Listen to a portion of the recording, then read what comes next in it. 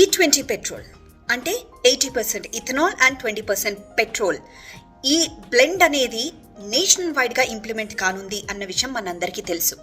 Ethanol అనేది majorly sugar cane నుండి prepare చేస్తూ ఉంటారు. సో ఇది షుగర్ కేన్ బయోఫ్యూయల్.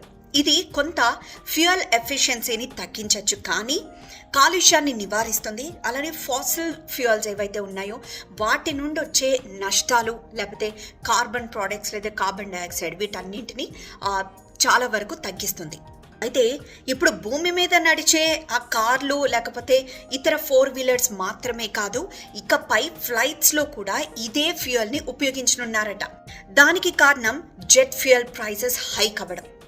అండ్ మనం రీసెంట్గా చూసే ఉంటాము, యూరప్లో చాలా ఫ్లైట్స్ ఈ జెట్ ఫ్యూయల్ ప్రైసెస్ పెరిగిపోవడంతో ఫ్లైట్స్నే ఏకంగా క్యాన్సిల్ చేయబడుతున్నాయంట.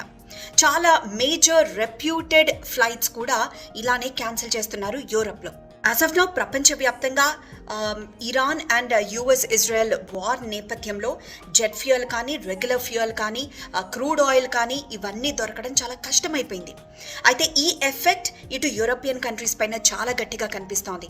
మిగతా రెస్ట్ ఆఫ్ ద కంట్రీస్ కూడా దీనివల్ల ఇబ్బంది పడ్డా ఆ ఇబ్బంది నుండి బయటపడాలి అంటే కనుక ఇలాంటి ఇతర మార్గాల వైపు చూస్తుంది. సో ఇకపై ఫ్లైట్స్లో ఇథనాల్ని వాడనున్నారు. Synthetic hydrocarbons along with ethanol ఈ బ్లెండ్ని ఉపయోగించేందుకు, అంటే ఇక్కడ ఏవియేషన్ టర్బైన్ ఫ్యూయల్గా ఉపయోగించేందుకు గ్రీన్ సిగ్నల్ ఇచ్చింది. ఏవియేషన్ టర్బైన్ ఫ్యూయల్స్లో రెగ్యులేషన్స్ చేస్తూ కొన్ని అమెండ్మెంట్స్ చేసింది. ఈ నేపథ్యంలోనే ఈ బ్లెండ్ని ఉపయోగించాలని, దీనికి రీజన్గా క్రూడ్ ఆయిల్ దొరకపోవడం, క్రూడ్ ఆయిల్ ప్రైసెస్ హైక్ అవ్వడం, జెట్ ఫ్యూయల్ ప్రైసెస్ హైక్ అవ్వడం, వీటి కారణంగా ఇండియా ఈ నిర్ణయం తీసుకుంది. ఈ నేపథ్యంలోనే సరదాగా ఇంటర్నెట్లో కొన్ని మీమ్స్ వచ్చినాయి.